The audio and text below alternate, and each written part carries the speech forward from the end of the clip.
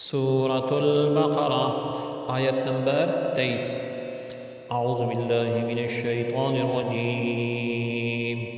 بسم اللہ الرحمن الرحیم۔ وَإِن كُنتُمْ فِي رَيْبٍ مِّمَّا نَزَّلْنَا عَلَى عَبْدِنَا فَأْتُوا بِسُورَةٍ مِّن مِّثْلِهِ وَادْعُوا شُهَدَاءَكُم مِّن دُونِ اللَّهِ إِن كُنتُمْ صَادِقِينَ۔ لفظ ترجمہ ہے واہ اور ان اگر کنتم ہو تم فی میں ریبن شک من سے ما جو نزلنا اتارا ہم نے علا اوپر عبدی بندے نا اپنے فا پس اُتو لاؤ بصورت ایک صورت من سے مثلی مثال ہی اس کی وا اور ادعو بلاؤ شہداء مددگاروں کو کم اپنے من سے دونی سوا اللہ رب العزت ان اگر کنتم ہو تم صادقین سچے۔ بامحاورہ ترجمہ ہے اور اگر تم اس کلام کے بارے میں شک میں مبتلا ہو جو ہم نے اپنے برگزیدہ بندے پر نازل کیا ہے تو اس جیسی کوئی ایک صورت ہی بنا لاؤ اور اس کام کے لیے بے شک اللہ رب العزت کے سوا اپنے تمام حمایتیوں کو بلا لو اگر تم اپنے شک اور انکار میں سچے ہو۔ آیت مبارکہ میں وَإِن كُنتُمْ فِي رَيْبٍ اور اگر تمہیں کچھ شک ہو، اس سے پہلی آیات میں اللہ تعالی عز و جل کی قدرت اور وحدانیت کا بیان ہوا اور یہاں سے رسول اللہ صلی اللہ علیہ وآلہ وسلم کی نبوت اور قرآن کریم کے اللہ تعالی عز و جل کے بے مثال کتاب ہونے کی وہ زبردست دلیلیں بیان فرمائی جا رہی ہیں جو طالب صادق یعنی جو اہل ایمان ہیں ان کو اطمینان بخشنے اور منکروں کو عاجز کر دے۔ اللہ تعالیٰ کی عظمت کی سب سے بڑی دلیل آپ صلی اللہ علیہ وآلہ وسلم کی ذات ہے اور آپ کی عظمت کی سب سے بڑی دلیل قرآن پاک ہے، لہٰذا اس رکوع میں ترتیب سے ان سب کو بیان کیا گیا ہے۔ علی عبدنا کے معنی ہیں اپنے خاص بندے پر۔ اس آیت میں خاص بندے سے مراد آپ صلی اللہ علیہ وسلم کی مبارک ذات ہے۔ یہاں اس انداز تعبیر سے نبی صلی اللہ علیہ وسلم کی شان محبوبیت کی طرف بھی اشارہ ہے۔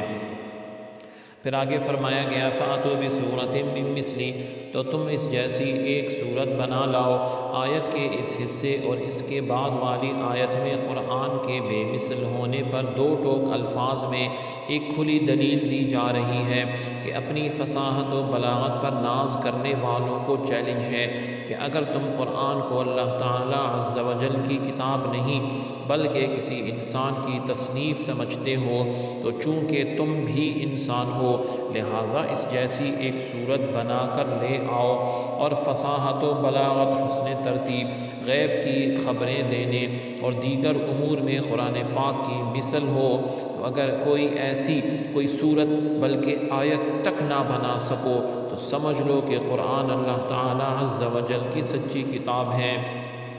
اور اللہ تعالی عز و جل کی کتاب کا انکار کرنے والوں کا انجام دوزخ ہے جو بطور خاص کافروں کے لیے تیار کی گئی ہے۔ اور یہ بھی فرمایا گیا ہے کہ یہ چیلنج قیامت تک کے تمام انسانوں کے لیے ہے۔ آج بھی قرآن کو نبی علیہ السلام کی تصنیف کہنے والے کفار تو بہت ہیں مگر قرآن کی مثل ایک آیت بنانے والا آج تک کوئی سامنے نہیں آیا اور جس نے اس پر دعویٰ کیا اس کا پول خود ہی چند دنوں میں کھل گیا۔ اعجاز قرآن کی وجوہات کیا ہیں؟ یعنی قرآن ایک معجزہ ہے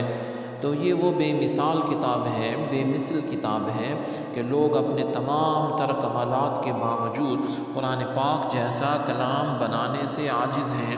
اور جن و انس مل کر بھی اس کی آیات جیسی ایک آیت بھی نہیں بنا سکتے۔ اس کی بنیادی وجہ یہ ہے کہ قرآن مجید اللہ تعالیٰ عز و جل کا کلام ہے، اور مخلوق میں کسی کے پاس اتنی طاقت نہیں کہ وہ اللہ تعالیٰ عز و جل کے کلام کی مثل کلام بنا سکے، اور یہی وجہ ہے کہ صدیاں گزرنے کے باوجود آج تک کوئی بھی قرآن پاک کے دیے ہوئے چیلنج کا جواب نہیں دے سکا، اور نہ ہی قیامت تک کوئی دے سکے گا۔ قرآن کریم کے بے مثل ہونے کی بہت سی وجوہات ہیں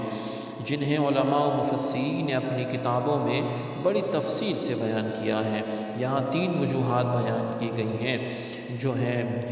تفصیل کے لیے بڑی تفاصیل کی طرف انسان دیکھ سکتا ہے۔ جو پہلی وجہ ہے وہ ہے قرآن کی فصاحت اور بلاغت۔ عرب کے لوگ فصاحت و بلاغت کے میدان کے شاہ سوار تھے، اور ان کی صفوں میں بہت سے ایسے لوگ موجود تھے جو کہ بلاغت کے فن میں اعلیٰ ترین منصب رکھنے والے، عمدہ الفاظ بولنے والے، چھوٹے اور بڑے جملوں کو بڑی فصاحت سے تیار کرنے والے تھے، اور تھوڑے کلام میں بہترین تصرف کر لیتے تھے، اپنی مراد یعنی مقصد کو بڑے عمدہ انداز میں بیان کرتے، کلام میں فصاحت و بلاغت کے تمام فنون کی رعایت کرتے۔ یہ ایسے ماہر لوگ تھے کہ فصاحت و بلاغت کے جس دروازے میں چاہتے داخل ہو جاتے تھے، اور الغرض دنیا میں ہر طرف ان کی فصاحت و بلاغت کا ڈنکا بجتا تھا، اور لوگ فصاحت و بلاغت میں ان کا مقابلہ کرنے کی تاب نہ رکھتے تھے۔ ان اہل عرب کو فصاحت و بلاغت کے میدان میں اگر کسی نے عاجز کیا تو وہ کلام قرآن مجید ہے۔ اس کتاب مقدس کی فصاحت و بلاغت نے اہل عرب کی عقلوں کو حیران کر دیا اور اپنی مثل لانے سے عاجز کر دیا۔ نمبر 2 ہے قرآن پاک کی یعنی تلاوت قرآن کی تاثیر۔ قرآن پاک کی بے مثل ہونے کی ایک دلیل یہ ہے کہ اسے پڑھنے اور سننے والا کبھی سیر نہیں ہوتا، اور نہ ہی اس سے اکتاتا ہے، دل نہیں بھرتا، بلکہ وہ اس کی جتنی زیادہ تلاوت کرتا ہے اتنی ہی زیادہ شیرینی اور لذت پاتا ہے، اور بار بار اس کی تلاوت کرنے سے اس کی محبت جو ہے دل میں راسخ اور پکی ہو جاتی ہے۔